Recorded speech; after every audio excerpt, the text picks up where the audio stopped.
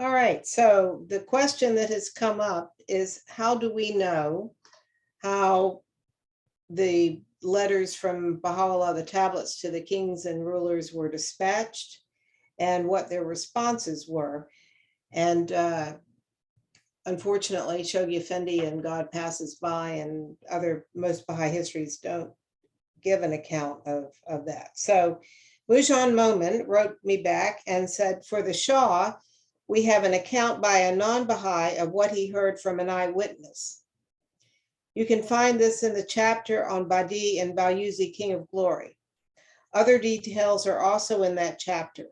In my book, Babi and Baha'i Religions, there is also an account of Badi's delivery of the message and of his execution in the chapter on martyrs in Iran in the Baha'u'llah section of the book. So I had asked particularly about the Shah, Napoleon III, and then Queen Victoria. So for the Emperor of France, Napoleon III, we have Abdu'l-Baha's words that you can find in the chapter on Baha'u'llah in the first section of Some Answered Questions. There, Abdu'l-Baha says that the first epistle to Napoleon was sent through the French ambassador upon their arrival in Akka. The French ambassador would be Gobineau, and you can find some reference to this in Gobineau's letters to Prakash Oshtin, which I have quoted in my book, The Babi and Baha'i Religion. Some of these letters are at the end of the Baha'u'llah and Adrianople chapter, and some at the beginning of the Baha'u'llah and Akka chapter. Abdu'l-Baha then says that the second epistle was sent through the French consular agent in Akka. We do not have any information on how the other epistles were sent. Since all the European powers had consular agents in the Haifa-Akka area, it is possible that they were also sent through these consular agents. As for Queen Victoria's response, I know of no source for this outside of Baha'i sources such as God Passes By. That's Wishes Mujan. So anyway, interesting. So, Queen Victoria kept diaries, which are slowly being made available to researchers by the royal family. I don't know whether anybody, whether diaries from that period are available. I'm sure at some point, as the faith grows in England, that the royal family will allow more of her papers in the Buckingham Palace or the Royal Archives to be opened. But anyway, so right now we sort of have to take Shoghi Effendi's word for it, which is not necessarily the best source. Like when I was doing Lighting the Western Sky, I found that Shoghi Effendi did make some factual mistakes in God Passes By. They're minor, and he was doing the best he could with the resources available to him for his research. But you can't trust everything in terms of facts. I use God Passes By to give the overall trajectory of the faith, the Guardian's narrative of that, and how much weight should be given to various aspects of Baha'i history. All right, so friends, let me do the share screen and move this to slideshow. So last week we were close to midnight, starting in on this section. And Shaheen, I think you're the only person who participated last week. This section is the only person who participated. That was from the current. I don't think Mateen and Sarush were here last week. Oh yeah, you're right. Yeah, it was myself. And Katya. Yeah. Yes. Right. So we're going to go over a couple of the slides from this section tonight. I've also put some bullet points in and so forth, just as a recapitulating, because this is this particular section is where Shoghi Effendi gives his commentary about those letters. And then after we go through that commentary, the next section will be where he really starts saying, okay, what happened to Napoleon III? Who was he? and then the Guardians take on Napoleon III and what happened to him after he got the letters. All right, so, and as I said last week, and I looked it up in the meantime to be sure, the vicar is the representative, God's representative to a particular parish. He has total authority for the Episcopalian parish that the vicar is responsible for. So to say Baha'u'llah is God's vicar on earth means he has the spiritual responsibility, the total authority for that on earth, on God's behalf. But it's interesting to me that Chogi Effendi used that British term. Let's see. Make sure, okay, make sure I get, sometimes it jumps ahead.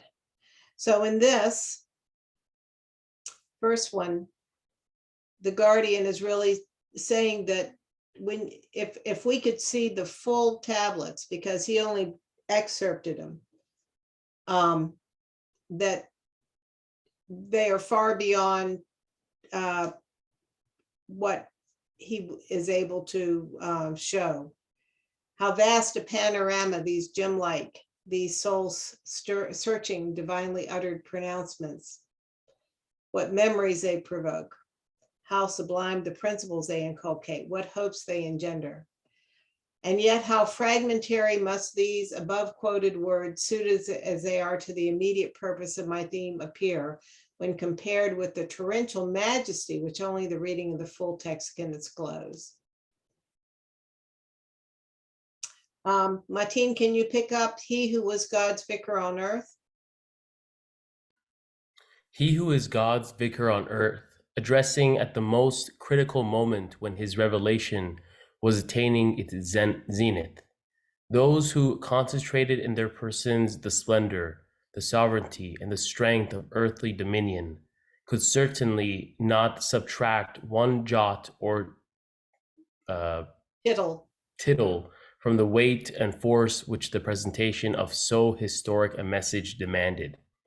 Neither the perils which were fast closing in upon him, nor the formidable power with which the doctrine of absolute sovereignty invested at that time the emperors of the West and the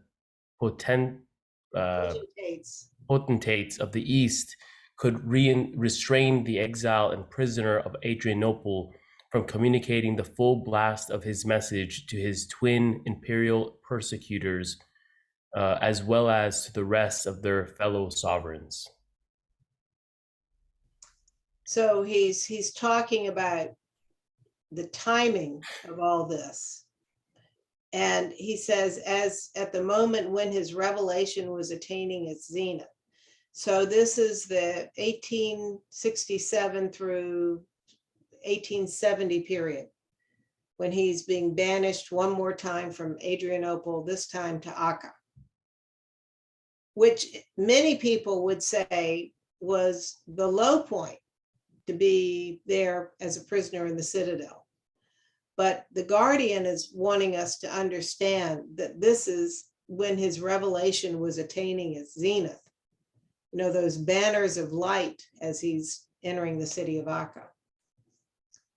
And that the perils which were fast closing in upon him, nor the formidable power of absolute sovereignty which most of these kings and rulers exercised, none of that stopped him from writing to them. And remember, what does he also do in Adrianople besides at Constantinople, but particularly Adrianople, besides start his drafts to the kings and rulers? What else is he doing in Adrianople?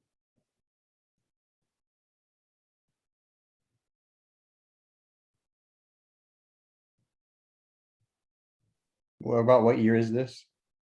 Well, in the 1860s. After his proclamation in the Garden of Rizwan, or his announcement that he is the one, he whom God shall make manifest, all the Babis had to find out that he'd made that announcement and be persuaded to become his followers after they had already followed the Bab. So, for example, the tablet of Ahmad is sent to one of his devoted followers when he is on his way to Adrianople, and he gets as far as Constantinople, and Baha'u'llah sends him the tablet of Ahmad and tells him to go forth and not to come to see him, but to go back to Iran and work with the Babi community to announce to them that Baha'u'llah is he whom God shall make manifest, and to convince them to become Baha'is. That was a process. And a number of devoted believers had to be dispatched to Iran to work with the Babi community, so we wouldn't lose the Babis, and that they could be brought over to Baha'u'llah. So he has just, the main period of that has just finished, and most of the Babis accepted it. There were not all of them that did, but most had. So his revelation is now attaining its zenith. He's being very bold. And the Guardian wants us to understand that that's what this period is. There's so much meat in everything he writes. Let's see, Sarush, can you read this, please? The magnitude and diversity of the theme, the cogency of the argument, the sublimity and audacity of the language arrest our attention and astound our minds. Emperors, kings, and princes, chancellors and ministers, the Pope himself, priests, monks, and philosophers, the exponents of learning, parliamentarians and deputies, the rich ones of the earth, the followers of all religions, and the people of Baha, all are brought within the purview of the author of these messages, and receive, each according to their merits, the counsels and admonitions they deserve. No less amazing is the diversity of the subjects touched upon in these tablets. So even though we went through this next, make sure, okay, like I said, I put these in bullet points this week. We looked at these last week, but I decided it would be really helpful to look at these topics as Shoghi Effendi outlined what's in those tablets we've just finished studying. So Mateen, can you run through the bullet points on this slide, please? I am currently driving, so I can't, but I will. Be Oh, soon. okay. So Shaheen, I'll let you do this, please. The transcendent majesty and unity of an unknowable and unapproachable God is extolled, and the oneness of his messengers proclaimed and emphasized. The uniqueness, the universality, and potentialities of the Baha'i faith are stressed, and the purpose and character of the Babi revelation unfolded. The significance of Baha'u'llah's sufferings and banishments is disclosed, and the tribulations rained down upon his herald and upon his namesake recognized and lamented. His own yearning for the crown of martyrdom, which they both so mysteriously won, is voiced, and the ineffable glories and wonders in store for his own dispensation foreshadowed. Can you get this next one, please? Whoops. And more. Oh, sorry. Okay, here we go. More bullet points. Episodes at once moving and marvelous at various stages of his ministry are recounted, and the transitories of worldly pomp, fame, riches, and sovereignty repeatedly and categorically asserted. Appeals for the application of the highest principles in human and international relations are forcibly and insistently made, and the abandonment of discreditable practices and conventions detrimental to the happiness, the growth, the prosperity, and the unity of the human race enjoined. Kings are censured, ecclesiastical dignitaries arraigned, ministers and plenipotentiaries condemned, and the identification of his advent with the coming of the Father himself unequivocally admitted and repeatedly announced. The violent downfall of a few of these kings and emperors is prophesied. 2 of them are definitely challenged, most are warned, All are appealed to and exhorted.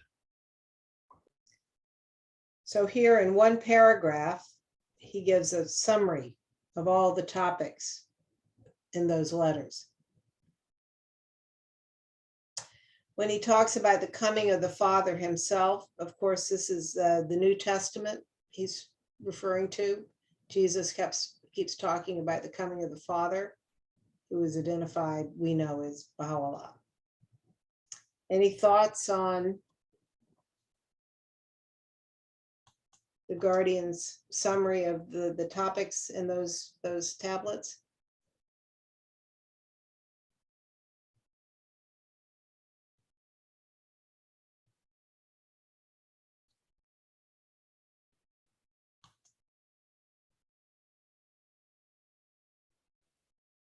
He summarized it very well. It does. What is there? I can't add anything to it. Exactly. So anybody who wants a summary of what's in the tablets to the kings and rulers, take that paragraph. And there you go. All right, Sarush, can you get this, please? In the Loh Sultan, tablet to the Shah of Persia, Baha'u'llah declares, "Would that the world-adorning wish of His Majesty might decree that this servant be brought face to face with the divines of the age, and produce proofs and testimonies in the presence of His Majesty the Shah. This servant is ready, and taketh hope in God that such a gathering may be convened in order that the truth of the matter may be made clear and manifest before His Majesty the Shah. It is then for thee to command, and I stand ready before the throne of thy sovereignty. Decide then, for me or against me." Couldn't get a more fair approach. And this is more of the same, saying he would be very happy to meet with the Sultan of Turkey for 10 minutes. But he also says, although it becometh not him who is the truth to present himself before any person, inasmuch as all have been created to obey him, yet in view of the condition of these little children and the large number of women so far removed from their friends and countries, we have acquiesced in this matter. But nothing happened when he submitted a message to the Shah asking for a 10-minute audience with him after he and his entourage were sent to Akka. Then he says at the end of this to the Sultan, "Umar himself is alive and it's accessible. Inquire from him that the truth may be made known unto you." So he's appealing to the Sultan as the Caliphate, referring to the first Caliphate. 10 minutes is all he asked for. Yeah. Oh, Donya, so nice to see you, dear. We've been missing you.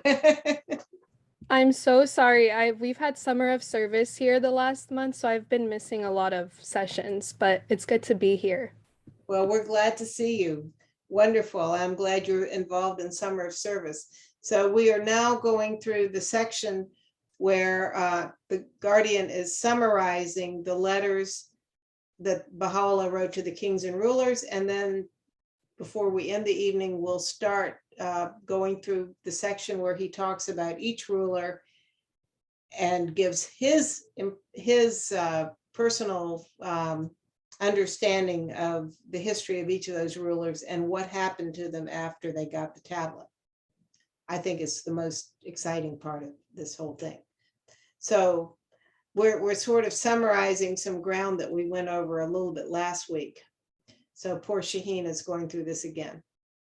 All right, so. Don't say poor Shaheen. I'm very, very much glad and delighted, and I think we can always spend more and more time and it still wouldn't do the topic justice. And the way that you have in terms of explaining it and unpacking it, it's a joy. So you've actually given me additional dessert. How about that? Excellent. Okay. So because of that, and because Matina's driving, and I'm not going to make Donya read the first slide that pops up on her screen. Could you read this, Shaheen? Sure thing.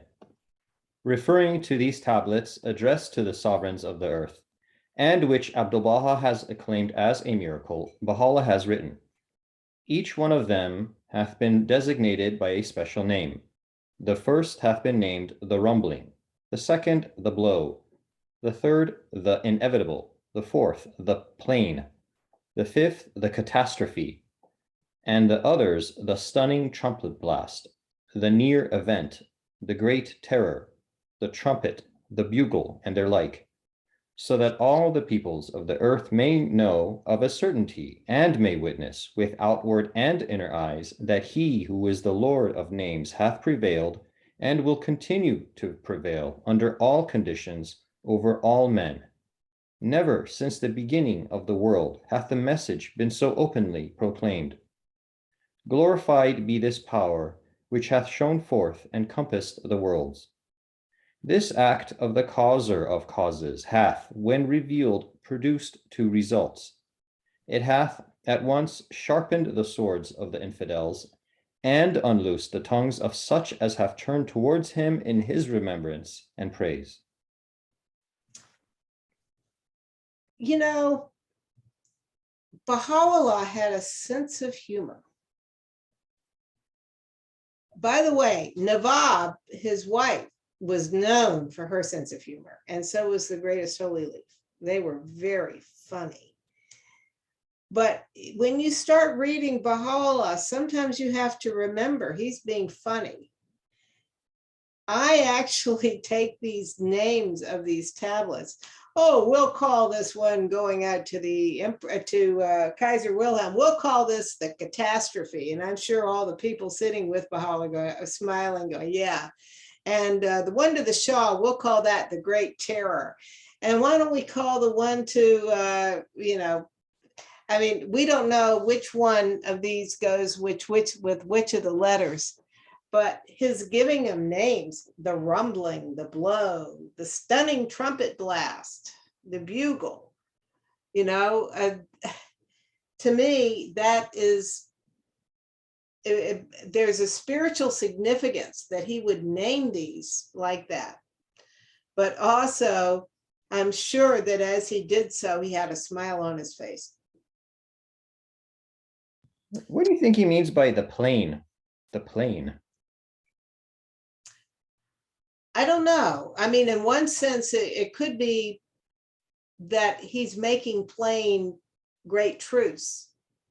It could be the big open area. I don't know how that word plain, which definition of the plain it is. Yeah, I'd like to know the original Yeah.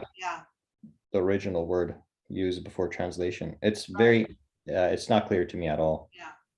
But I know it's not like from Fantasy Island. The plane, boss, the plane. Right. So when you're reading Baha'u'llah, you have to sometimes realize he's being funny. And I think, sorry, I cut you off. I'm sorry, and this is a direct quote. Anyway, go ahead, Sarush. So I thought it was interesting how we have all these different names, and I don't know what these names mean either, but my attention's being drawn towards the fact that Abdu'l-Baha has called each one of these tablets a miracle. Yeah. Like we often talk about miracles in the faith and what we, think about miracles such as, like walking on water and stuff. But like, the fact that each one of these tablets, Abdu'l-Baha has called them a miracle. So like anytime people ask us like, what are some miracles that you believe in? Like maybe like these tablets, we could say Abdu'l-Baha said these very tablets are miracles. So like, I mean, the act of revealing the divinely,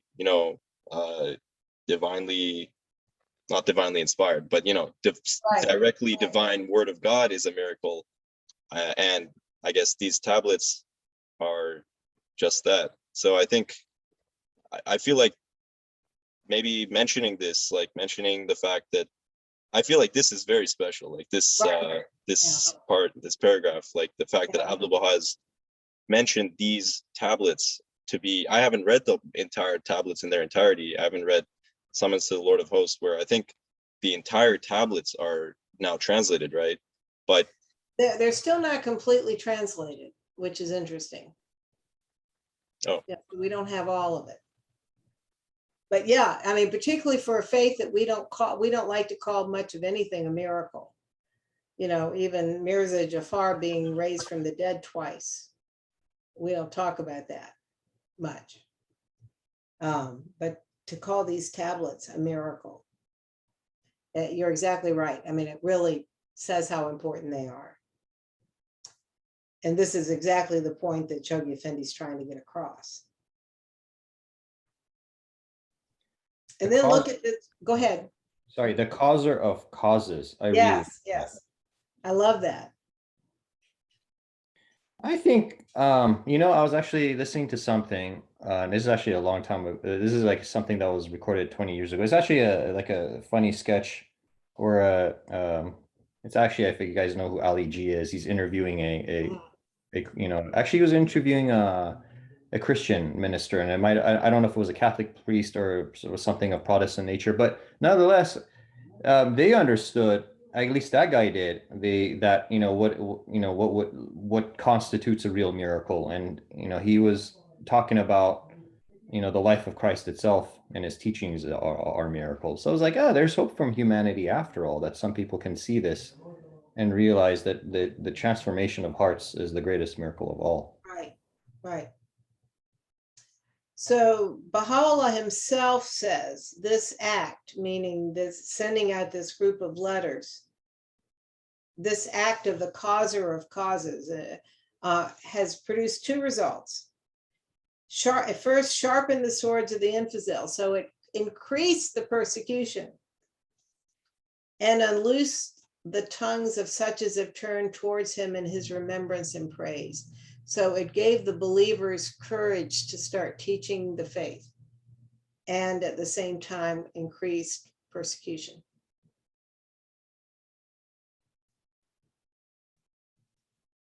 Any more comments on this page?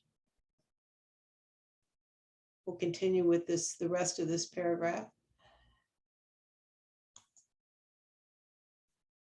Is that what, I'm so sorry, I Go ahead. waited a long time. Is that what Abdul Baha means when he said he prays that his enemies may become multiplied?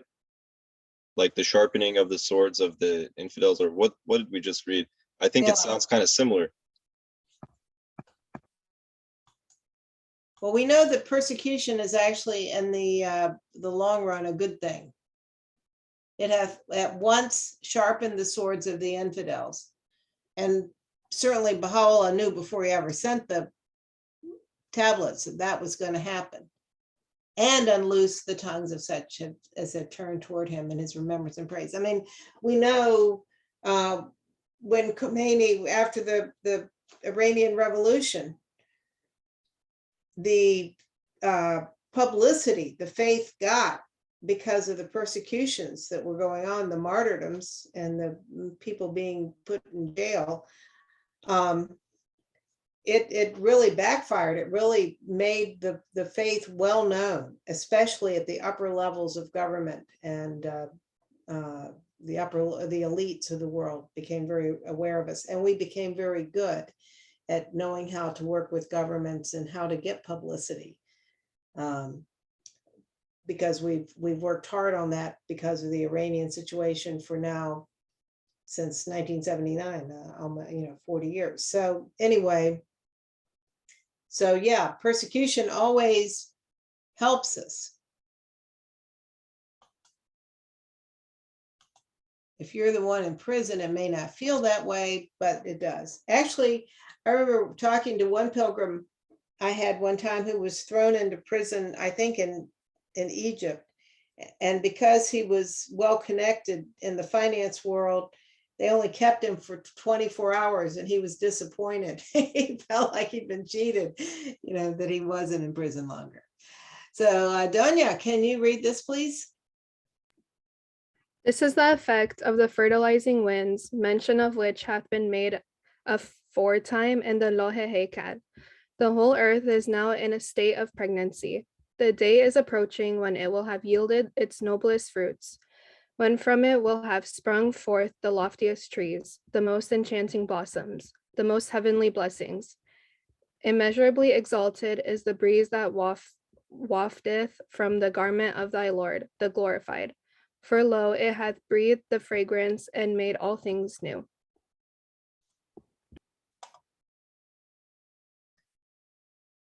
So Baha'u'llah wants us to understand that this is the true reality at the time he's sending these letters off.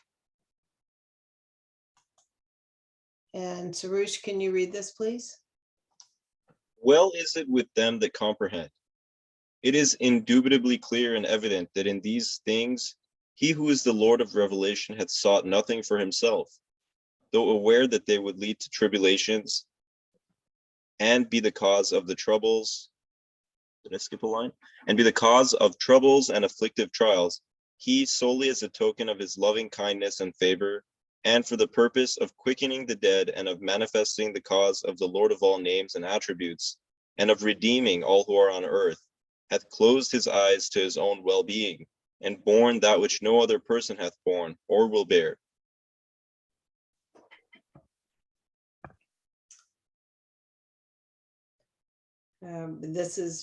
These last two slides are concepts that we're already well familiar with, and these quotes are familiar. But we have to remember that he didn't have to go through all the things he went through, all the suffering. He did it for us. And none of his letters, he always made it clear, even the letter to the Sultan, that he wasn't asking for anything for himself.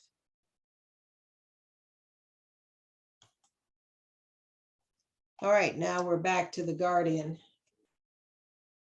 Let's see, Shaheen.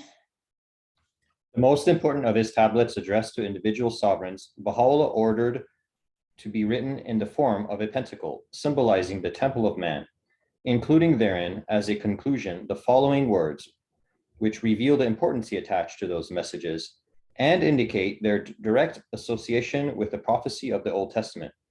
Thus have we built the temple with the hands of power and might, could ye but know it. This is the temple promised unto you in the book. Draw ye nigh unto it. This is that which profiteth you, could ye but comprehend it. Be fair, O peoples of the earth. Which is preferable, this or a temple which is built of clay? Set your faces towards it. Thus have ye been commanded by God, the help in peril, the self-subsisting. Follow ye his bidding, and praise ye God your Lord, for that which he hath bestowed upon you. He verily is the truth. No God is there but thee. He revealeth what he pleaseth, through his words be, and it is. And here's the Surah Hakal, as Baha'u'llah ordered it to be done in the form of a pentacle.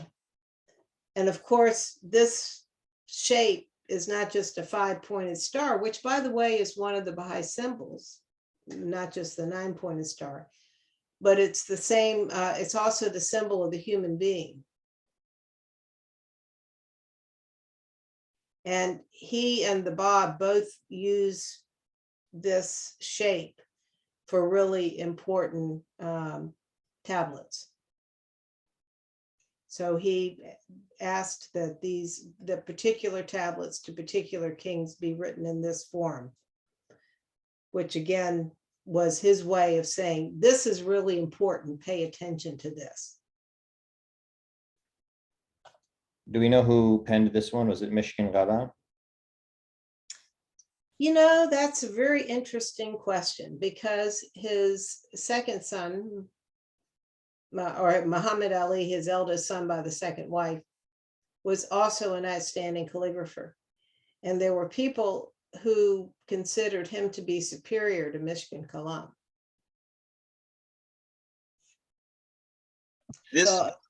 That sounds almost blasphemous.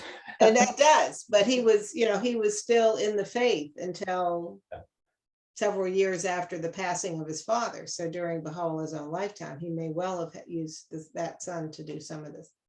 The holy places still have some of Muhammad Ali's calligraphy in it on display, put there by Shoghi Effendi. What can I say, So. This reminds me of something I saw in the archives building, which I don't know how long it's been in there, but I was looking into they have these big like cabinets that are on wheels, like, there's like 6 of them or 8 of them.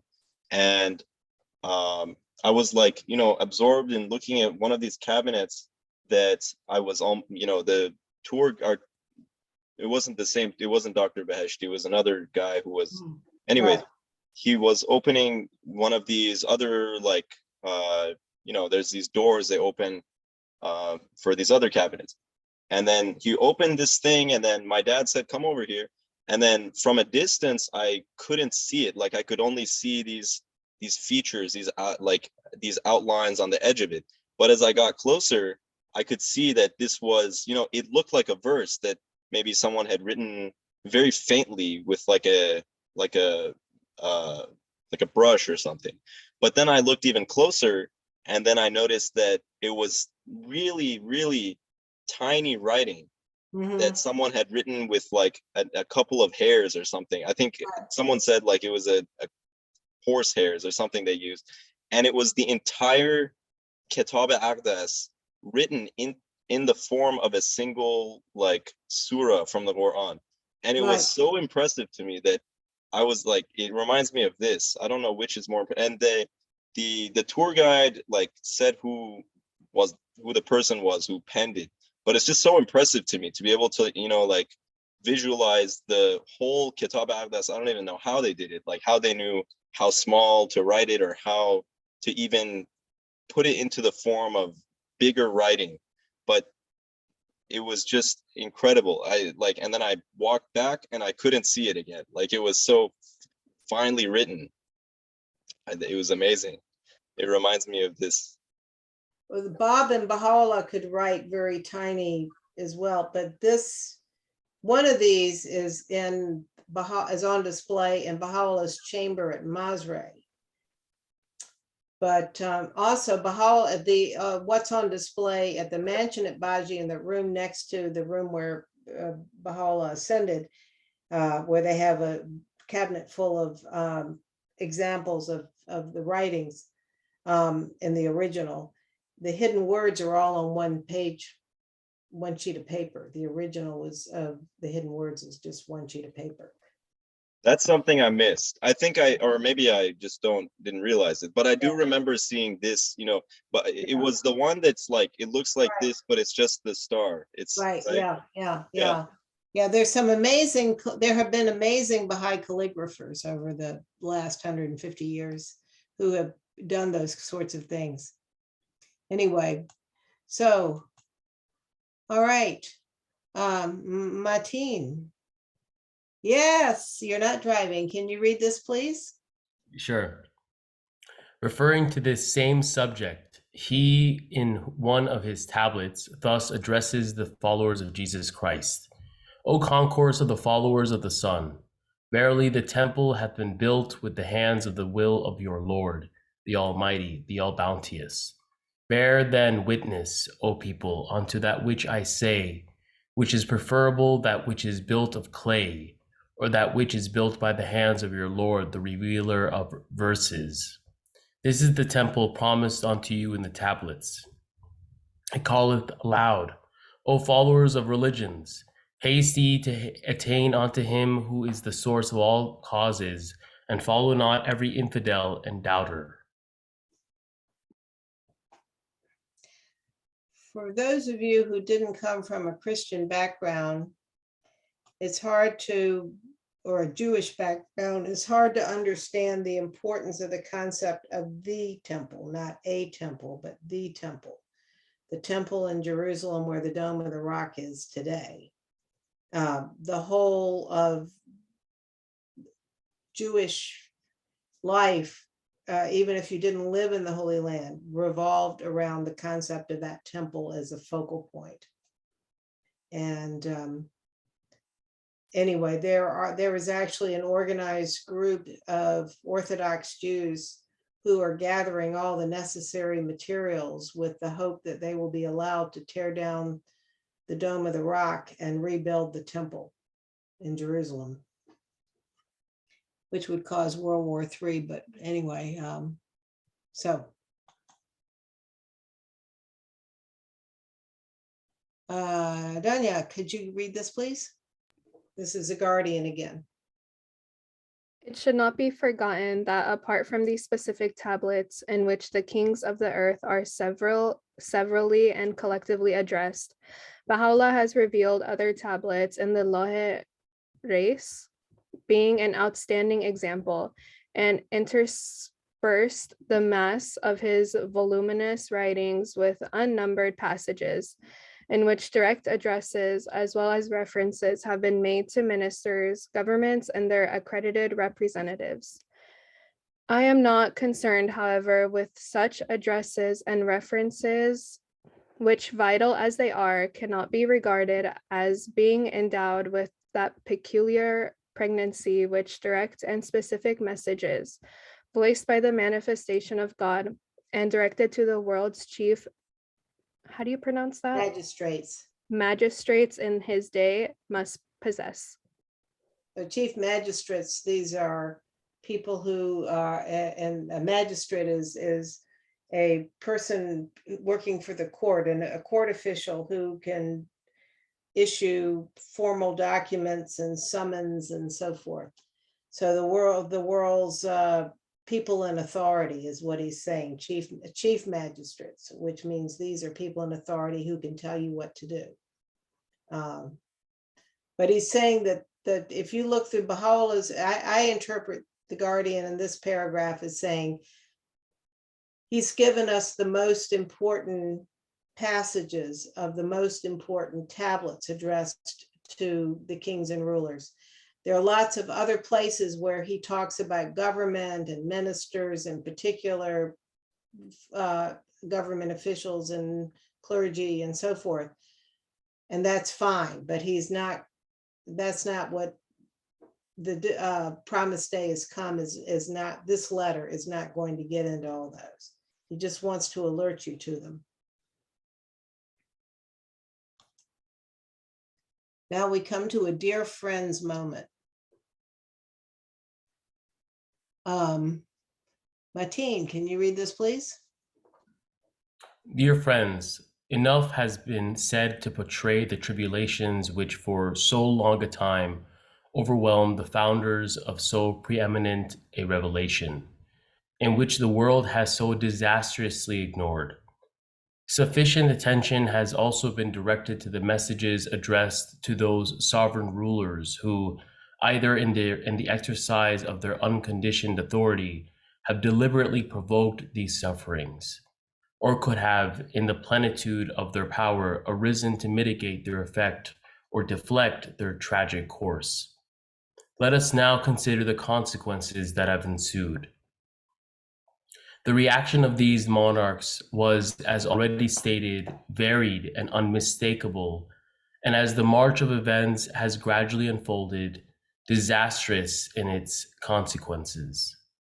One of the most outstanding amongst these sovereigns treated the divine summons with gross disrespect, dismissing it with a curt and insolent reply, written by one of his ministers. Another laid violent hold on the bearer of the message, tortured, branded, and brutally slew him. Others preferred to maintain a contemptuous silence.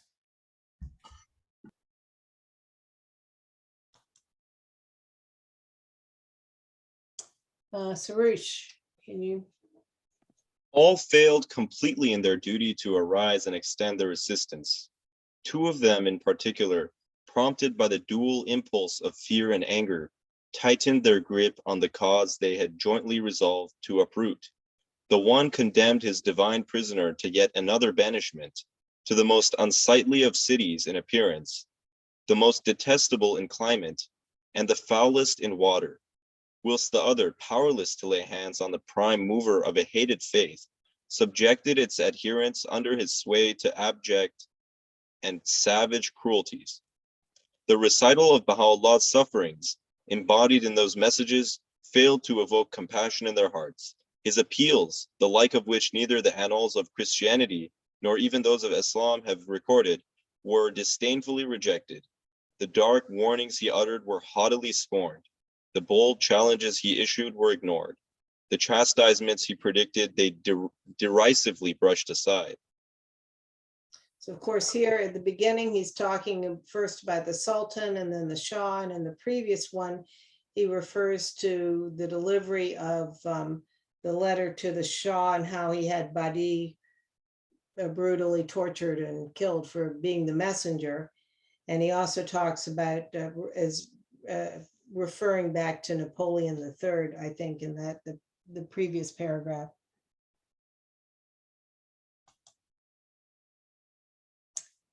Shaheen. What then might we not consider has, in the face of so complete and ignominious a rejection, happened and is still happening? In the course, and particularly in the closing years of this, the first Baha'i century, a century fraught with such tumultuous sufferings and violent outrages for the persecuted faith of Baha'u'llah. Empires fallen in dust, kingdoms subverted, dynasties extinguished, royalty besmirched, kings assassinated, poisoned, driven into exile, subjugated in their own realms, whilst the few remaining thrones are trembling with the repercussions of the fall of their fellows. Remember, he's writing this, Shoghi Effendi is writing this in the worst days of World War II, where things are really heating up and it looks like Japan and Germany are invincible.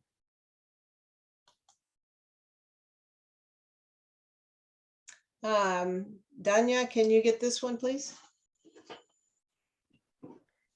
This process, so how do you pronounce that?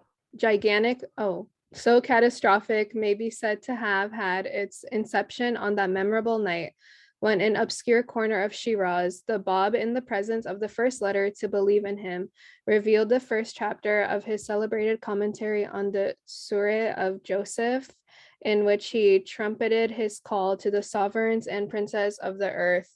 It passed from incubation to visible manifestation when Baha'u'llah's prophecies, enshrined for all time in the Surya Haykal and uttered before Napoleon III's dramatic downfall and the self-imposed imprisonment of Pope Pius, I don't know Roman numerals, I'm sorry.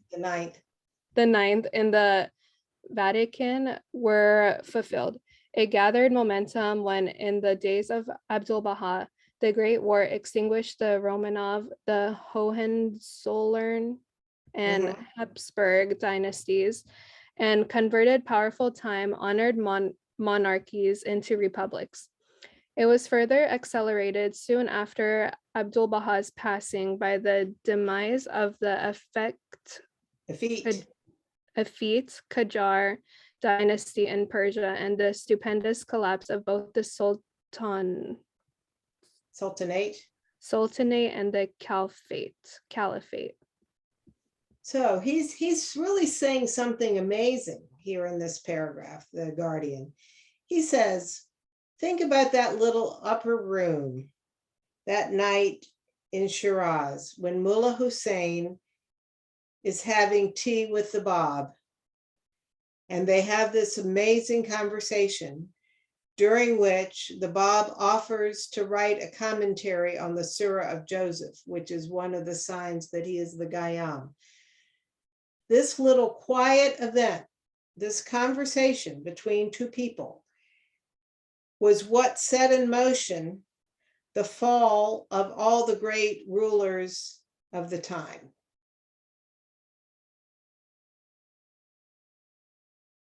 Beginning with Napoleon III being defeated by Germany and losing his throne, being sent into exile in England, Pope Pius IX losing the secular powers that popes had exercised over the papal states in Italy, and then the Romanov dynasty where the czars, remember the czar was executed with his family during World War I, the Hohenzollern, this is the German royal family, the Kaiser, who at the end of World War I lost his throne and had to go into exile, I think in the Netherlands.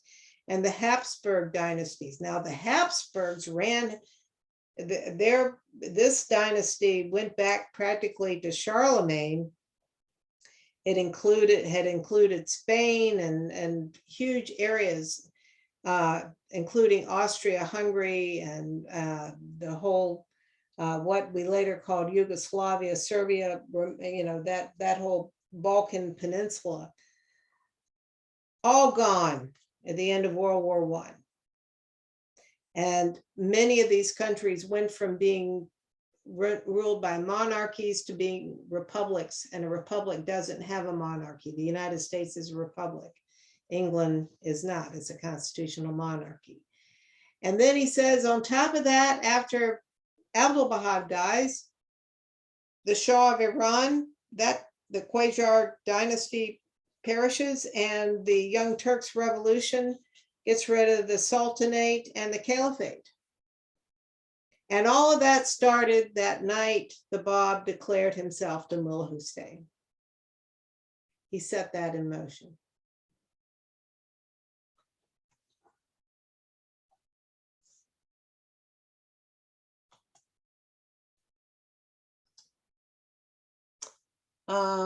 Let's see, Shaheen, can you read this?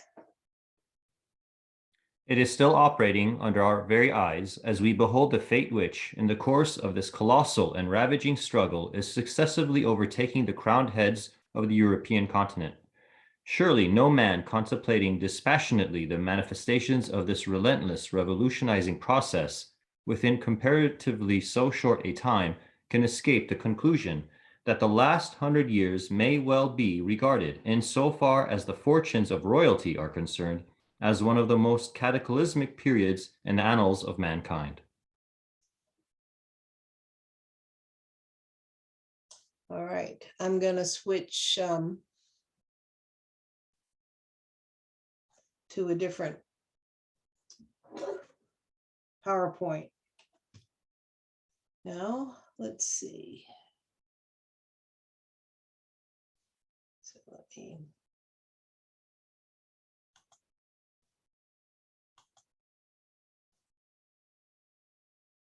Okay.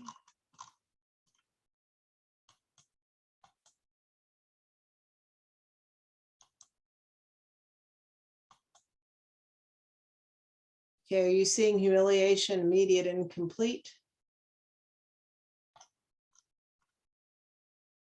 All right, so we're going to do a short look at Napoleon III.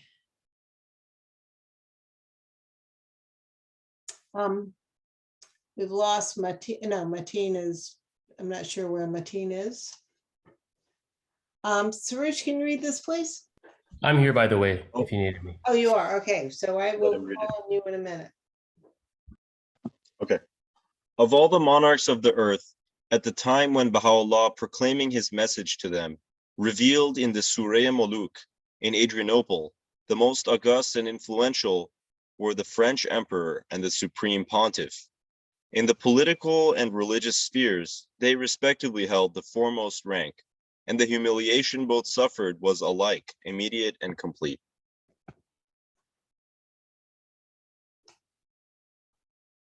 Mateen.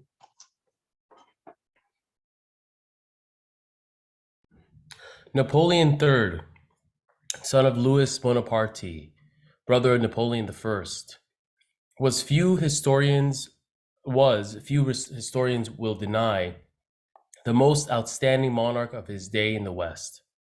The emperor, it was said of him, was the state. The French capital was the most attractive capital in Europe. The French court, the most brilliant and luxurious of the, I don't know which century that is. 19th century. 19th century. Possessed of a fixed and indestructible ambition, he aspired to emulate the example and finish the interrupted work of his imperial uncle. A dreamer, a conspirator of a shifting nature, hypocritical and reckless, he the heir to the Napoleonic throne, taking advantage of the policy which sought to foster the reviving interest in the career of his great prototype, had sought to overthrow the monarchy. Failing in his attempt, he was deported to America, was later captured in the course of an attempted invasion of France, was condemned to perpetual captivity, and escaped to London until in 1848 the revolution brought about his return and enabled him to overthrow the constitution, after which he was proclaimed emperor. Though able to initiate far-reaching movements, he possessed neither the sagacity nor the courage required to control them.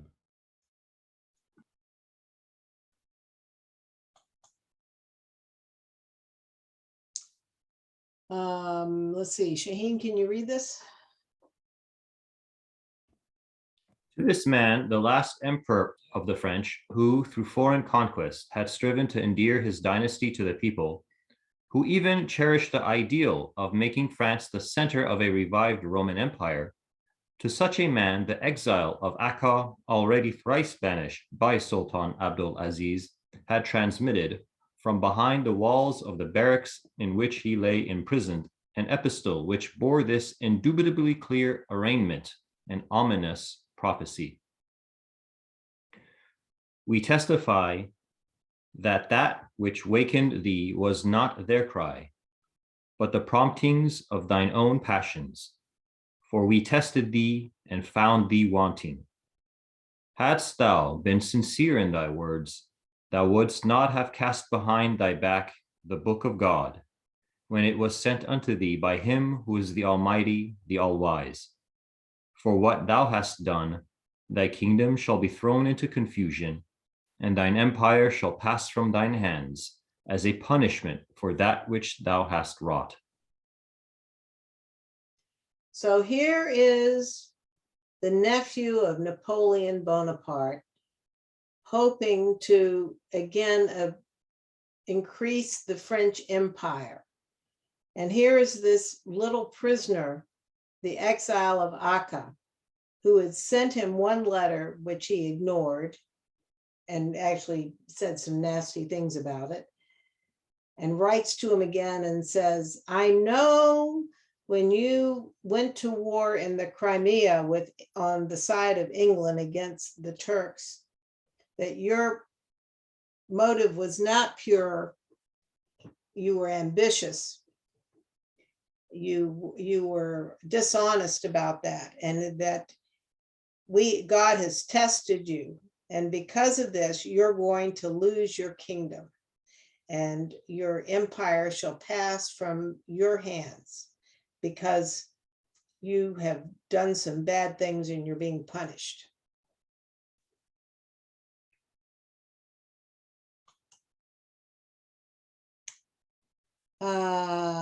Danya, can you read this, please? Baha'u'llah's previous message, forwarded through one of the French ministers to the emperor, had been accorded a welcome to the nature of which can be conjectured from the words recorded in the epistle to the son of the wolf. To this, however, he did not reply. After our arrival in the most great prison, there reached us a letter from his minister, the first part of which was in Persian, and the latter in his own handwriting. In it he was cordial and wrote the following: I have, as requested by you, delivered your letter, and until now have received no answer. We have, however, issued the necessary recommendations to our minister in Constantinople and our consuls in those regions, if there be anything you wish done, inform us, and we will carry it out. From his words, it became apparent that he understood the purpose of this servant to have been a request for material assistance. So Baha'u'llah himself is telling us that he had the ambassador or the consul, French official there, who we saw from Mujan Momin's letter. It was Gobina, who Shoghi Effendi talks about quite a bit in other contexts, dispatched the letter to Napoleon III. And he himself, as the official who dispatched it, did not get a reply. However, he liked Baha'u'llah or was sympathetic to Baha'u'llah, so he himself wrote to the French representatives in Constantinople and asked them to make entreaties on Baha'u'llah's behalf, which wasn't what he wanted at all from that letter.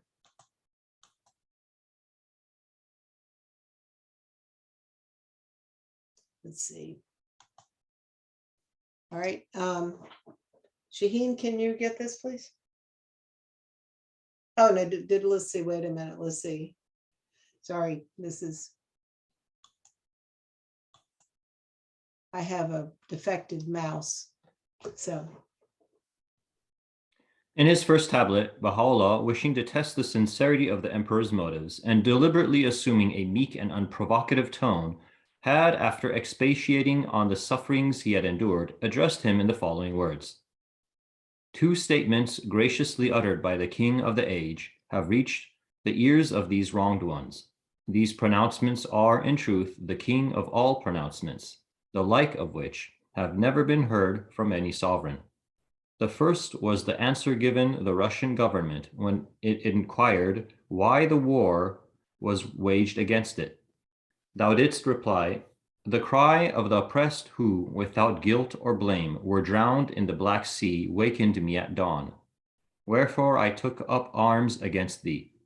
These oppressed ones, however, have suffered a greater wrong, and are in greater distress, whereas the trials inflicted upon those people lasted but one day. The troubles borne by these servants have continued for 25 years, every moment of which has held for us a grievous affliction. So he's telling Napoleon III, he knows what really was going on with the Crimean War, and that the suffering of the people, the Turks that he supposedly was going to help out, was far less than what Baha'u'llah and his family and followers have suffered for 20 years. Could you keep on going, Shaheen? Absolutely. The other weighty statement, which was indeed a wondrous statement manifested to the world, was this. Ours is the responsibility to avenge the oppressed and succor the helpless. The fame of the emperor's justice and fairness hath brought hope to a great many souls. It beseemeth the king of the age to inquire into the condition of such as have been wronged, and it behooveth him to extend his care to the weak.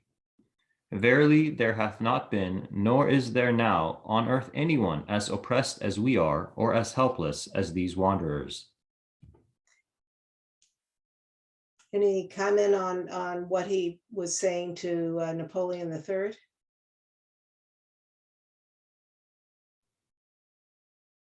Well, to me, it seems that since Napoleon is claiming that he doesn't like, any wrongs imposed on anyone, and in that specific case, were they soldiers, I guess, that they were drowned in Crimea, or ordinary I have people? I'm not sure. go back and look at the incident. I've forgotten. It's been a while, but yeah.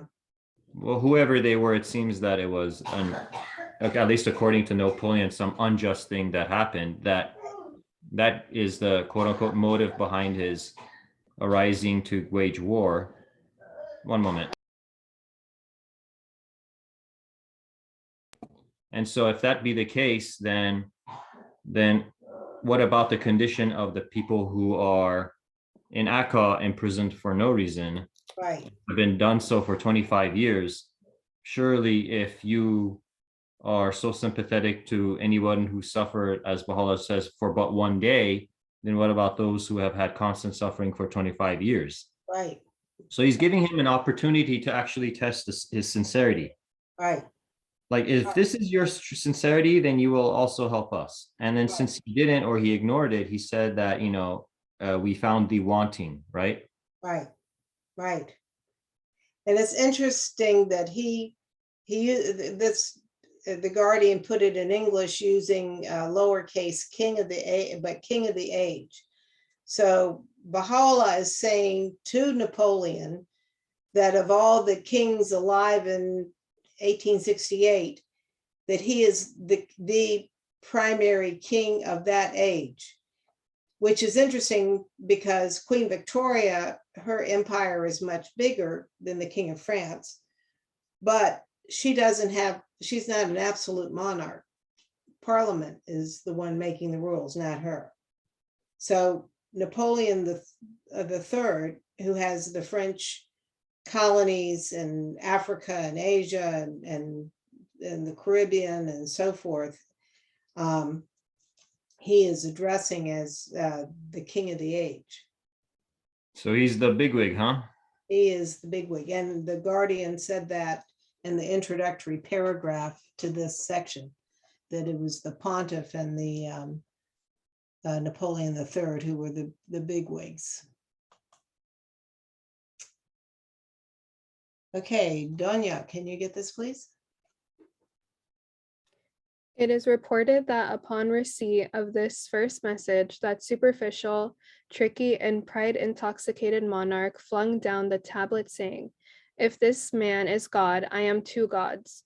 The transmitter of the second tablet had it is reliably stated, in order to evade the strict surveillance of the guards, concealed it in his hat, and was able to deliver it to the French agent, who resided in Akka and who, as attested by Nabil in his narrative, translated it into French and sent it to the emperor, he himself becoming a believer when he had later witnessed the fulfillment of so remarkable a prophecy. So here we're getting from Shoghi Effendi a little bit of how at least one of these was being conveyed to the ruler, because obviously Baha'u'llah couldn't write this tablet, address it to the palace, to Versailles, and expect it to get to Napoleon III. You know, with any of these letters, he had to have a way to get them. But I find it fascinating, these details that the Guardian is giving us of just exactly what happened to get this tablet to Napoleon III. But what his sources are, I don't know. And neither does Mujan Momin. Sarush, are you there?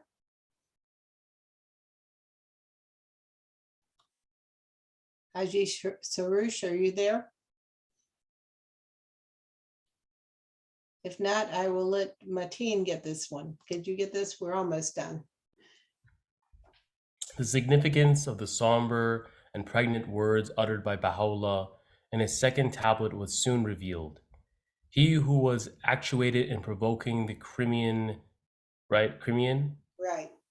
War by his selfish desires, who was prompted by a personal grudge against the Russian emperor, who was impatient to tear up the Treaty of 1815 in order to avenge the disaster of Moscow, and who sought to shed military glory over his throne, was soon himself engulfed by a catastrophe that hurled him in the dust and caused France to sink from her preeminent station among the nations to that of a fourth power in Europe. So the Crimean War, by the way, this is still basically what's going on with Russia and Ukraine, fighting over the Crimean Peninsula and the other areas of Ukraine that border the Black Sea. So he first got everything involved against the Russians over that, fighting on behalf of the Turks along with the British. And part of this was revenge because his uncle Napoleon Bonaparte was defeated by the Russian winter and had to sign a treaty in 1815, losing his invasion of Russia, which was a great disaster, as Shoghi Effendi says. And now he's about to really get ground into dust by another military disaster. It's interesting also to look at how Shoghi Effendi is doing the storytelling. He tells you what's going to happen before he tells you how it's going to happen. France is going to sink to be the fourth power rather than the first power. And here we go. Here's how it happened. Let's see, Sarush, are you there? Apparently not. Okay, I'll read this one.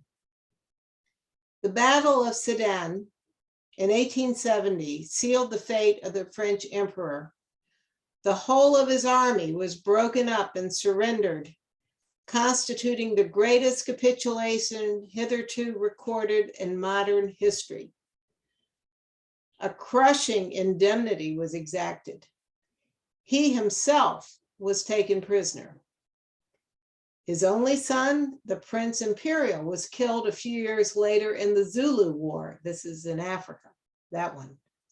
The empire collapsed, its program unrealized.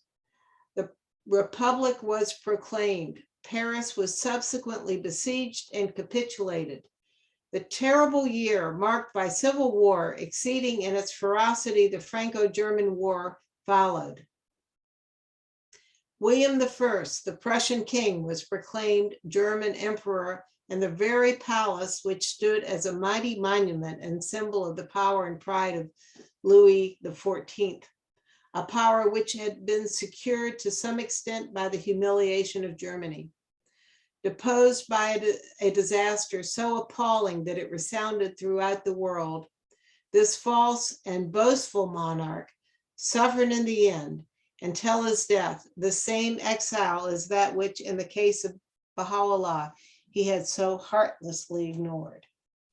So Napoleon III had a very bad year. He lost his entire army in a battle with Germany. His son gets killed in the colonial war going on in Africa. The whole empire collapses. The French people proclaim a republic and get rid of the monarchy. The Germans march on Paris and take it. And William I, the Prussian king, proclaims himself the German emperor, because remember, until the 19th century, Germany was a bunch of small principalities. And this defeat of France is when Germany is consolidated under what had been the king of Prussia, William I. This is the Hohenzollern dynasty, which would lead to Kaiser Wilhelm. And he proclaims himself German Empire at the Palace of Versailles, which is where Germany will be humiliated at the end of World War I. But it's a grand moment for Germany at the Palace of Versailles. And in the meantime, Napoleon III is sent into a humiliating exile. He has to, he is given shelter by Queen Victoria in England and is allowed to live out until his death as a defeated, humiliated former monarch who represents to the British monarchy, the British royal family and other royal families, what can happen to them if they're not careful. So as the Guardian says, he suffers the same fate as Baha'u'llah, who was also exiled, who he had so heartlessly ignored. And here is that battle, or a scene of that battle. And here are the French surrendering to the Germans.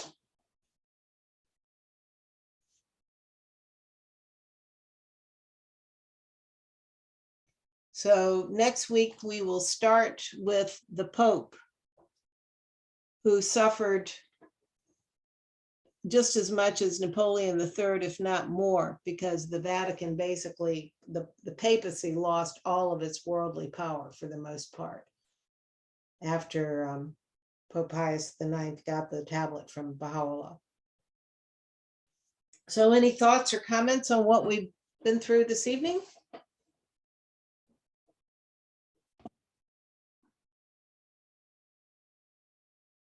I have some comments, but I'm not sure how to summarize them. But the thing that really stands out to me in general is that people like personalities such as Napoleon even exist in the first place. Like, how far removed do you have to be from reality to think that you're going to live any significant level, a significant enough like amount of time on this earth to even do such, ridiculous conquests? And even then, it's like, people get older and then their bodies become frail. So how much of it are you really enjoying, right? It's like, I think really the gist of all of this is that when Baha'u'llah says something about to like,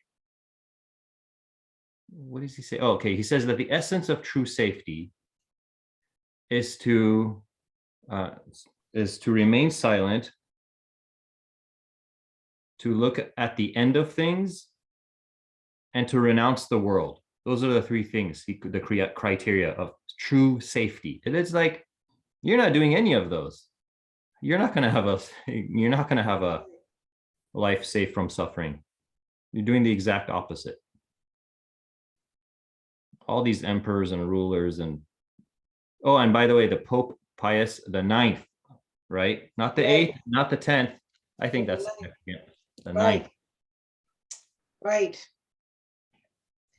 And I pulled up this slide where, this is Shoghi Effendi, who obviously has immersed himself in the history of Napoleon III and is summarizing it, and how he so succinctly does so and doesn't mince words.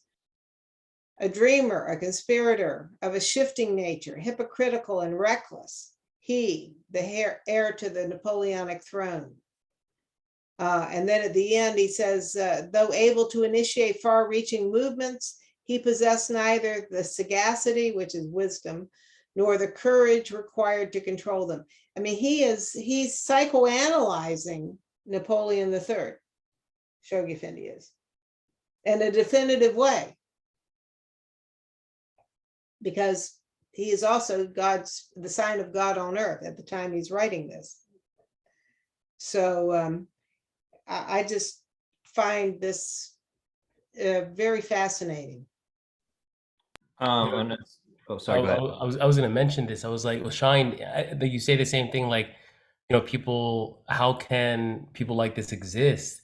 And at the same time, it's like, when you live in this free will kind of state of mind, it's like, I'm surprised that more people have controlled the world. I look at recently the Baha'is in Iran that were like, there's more of them that were arrested, and I'm just like, for a second I was like, I thought we were done with all of this. I thought, like, we live in a time where people are just okay with arresting, or even not even in Iran. It's happening in China. It's happening with the Muslims. It's happening, and you're like, oh, if we were the time of the Jews, if we were there, we would save all of them from this catastrophe. Oh, if we were there, you look at history, and you're like, we weren't there to save them.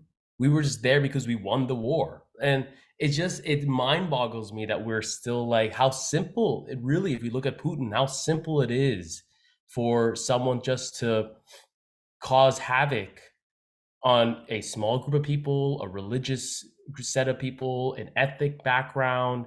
And it's just like, how did Baha'u'llah know? Maybe because he just knows humanity is corrupt and is naive, and we repeat the past. And the other part is he's also extremely smart, and he wants the best for us. But I don't know. I look at it and I see Napoleon, and I say to myself, I'm not surprised more people haven't gone to the level that he has.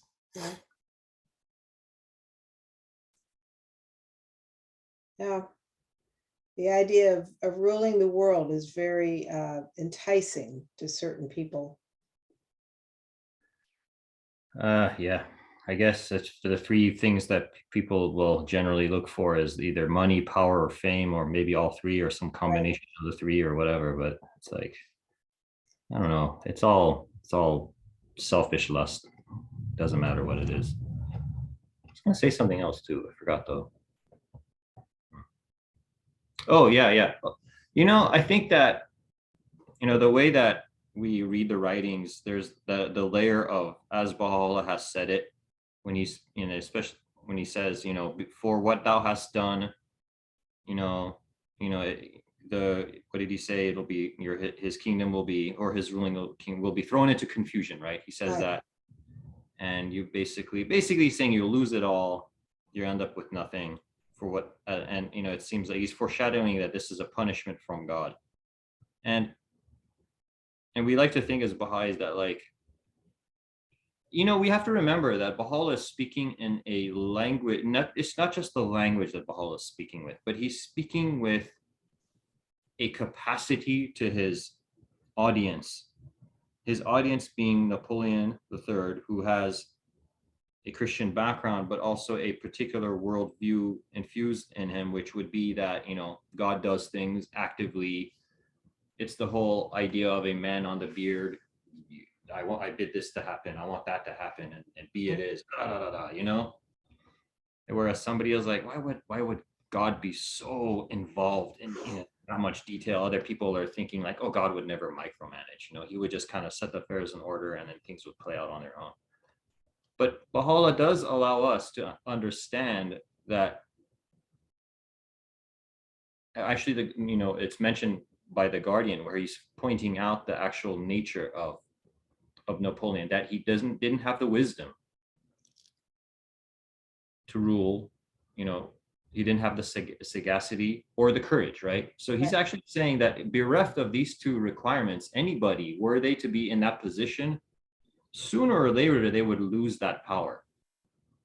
And so even if Baha'u'llah never wrote a tablet, I think that to Napoleon, I think by virtue of Napoleon being how he is, it would have happened anyway. Whether it precipitated sooner or later is more of the lines of how quickly he manifested his own pride. And the moment that he manifested to that highest degree, which is, if this man is God, I am two gods.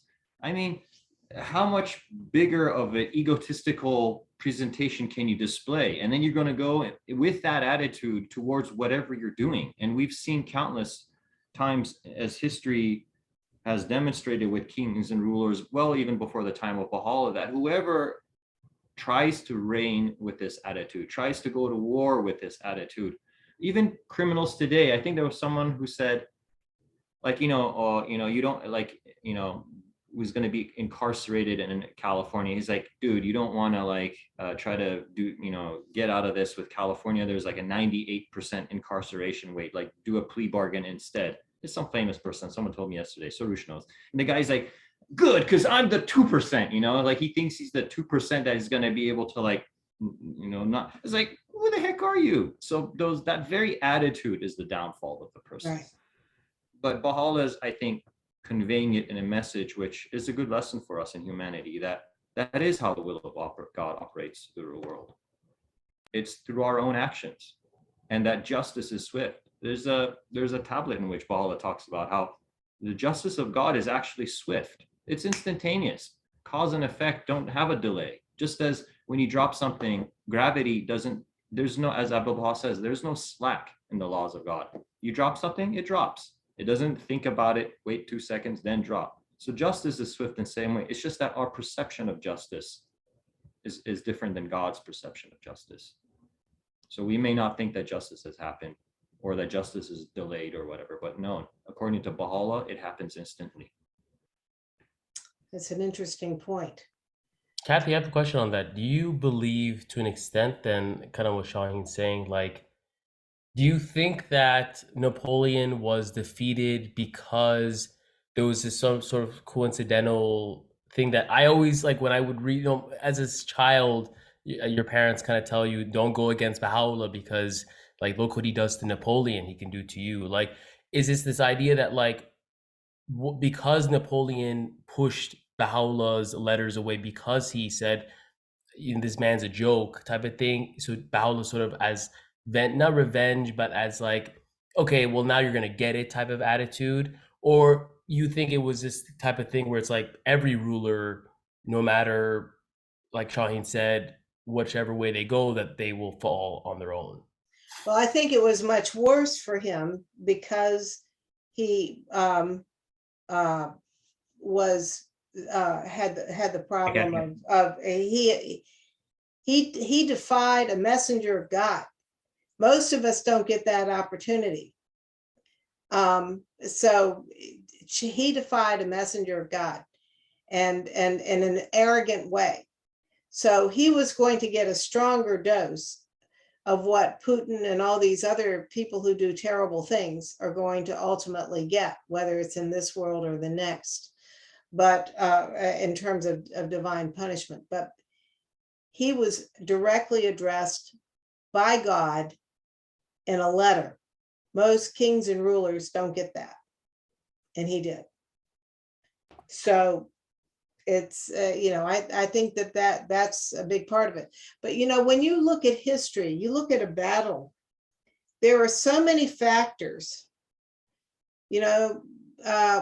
This cavalry couldn't get there quite fast enough because a bridge was out or something. The weather affected something. Somebody got sick, a general got sick or got killed early on. I mean, these are all that seem serendipitous, but they also probably are also part of the hand of God at work in these things. May I add one more thing? Sure. It kind of to help with the way I see it with Martin asking this question. Mhm. I also look at it in this sense.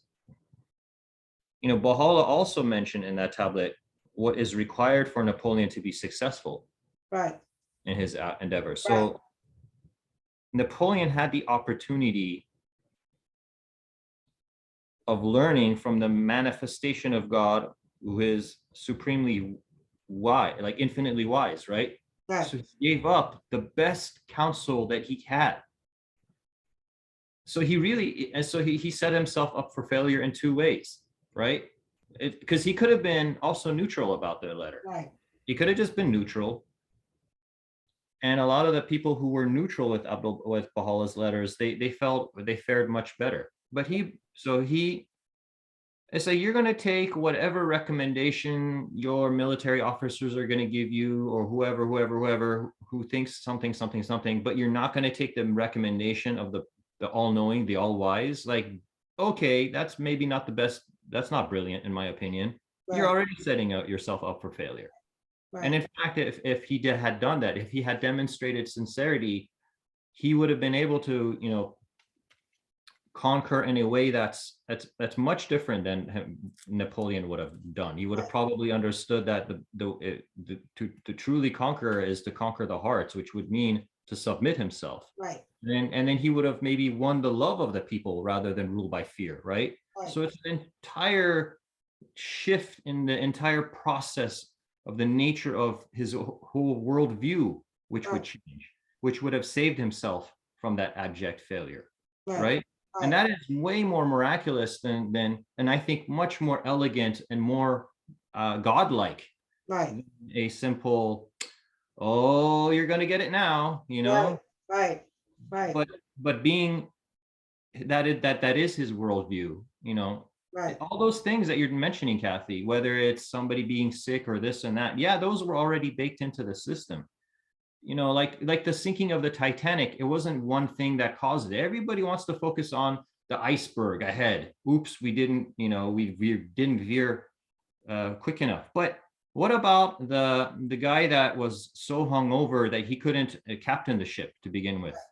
The initial guy that was called. Or what about all the moments that they had to actually I think it was because it was like a Marconi system and only so and so can operate it to even telegraph that there's an issue going on, or there's so many the fact that going in with pride, this ship is unsinkable, nothing can stop it, or let's go faster so we can surprise people and get there earlier. Right. Right. Little things that add up, that lead to disaster. The same thing with why the Challenger space shuttle exploded. Some O-ring it's like all the factors that led to that O-ring not being changed, the warnings that the chief engineer gave, that he said, I'm not signing off on this, that this shuttle is not fit to fly, but NASA and its pride, nah, it's good. And besides, we have a teacher there and all that publicity. We're not gonna miss some deadline. No, the media is counting on us. See, again, it's some level of pride that we know better.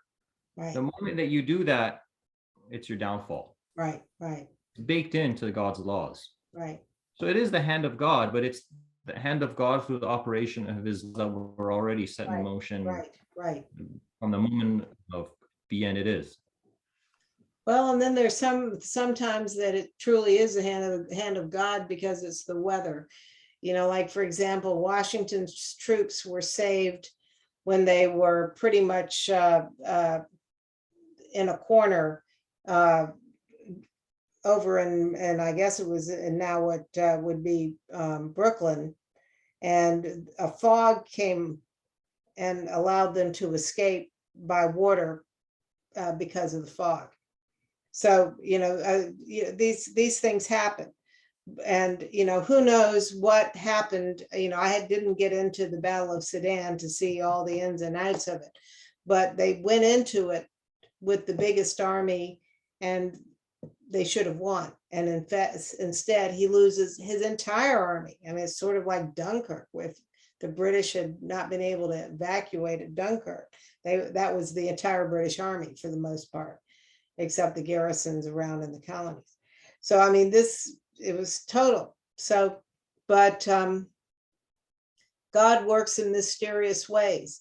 And I'm sure that there were plenty of people who wished that he had been punished far earlier during the middle of the Crimean War as their house was being bombed and their husband being killed and all this. But God eventually got him. And we'll get to the Tsar and the other people involved in some of this, and they didn't come out very well either. But I just love the way that the Shoghi Effendi doesn't mince words and psychoanalyzes these guys. And it also, he makes it clear that Baha'u'llah does give them a choice. He gives them a choice. And he gives them, if they read it carefully, even a vision of a grand reward, because they are in a position to do something spectacular for God, but they don't do it. So fascinating. Well said. Yeah. Yeah. So anyway, well, dear friends, it's 12:22 here in the East Coast. So as much as I like to stay on, I think I'd better get to bed. Thank you so much. It's always such a pleasure to do this. Thank you for doing this. It's great. Looking forward to next week. Good. Hopefully we'll get a few more people back as the summer ends. It's possible that some people had their feast tonight. That's another. Yeah, Yes. I think a couple of people were off because of that. So, but it was nice to get Donya back. So anyway, all right. Well, have a good evening, friends. Bye. Thank you. Thank you. Thank you. Take care.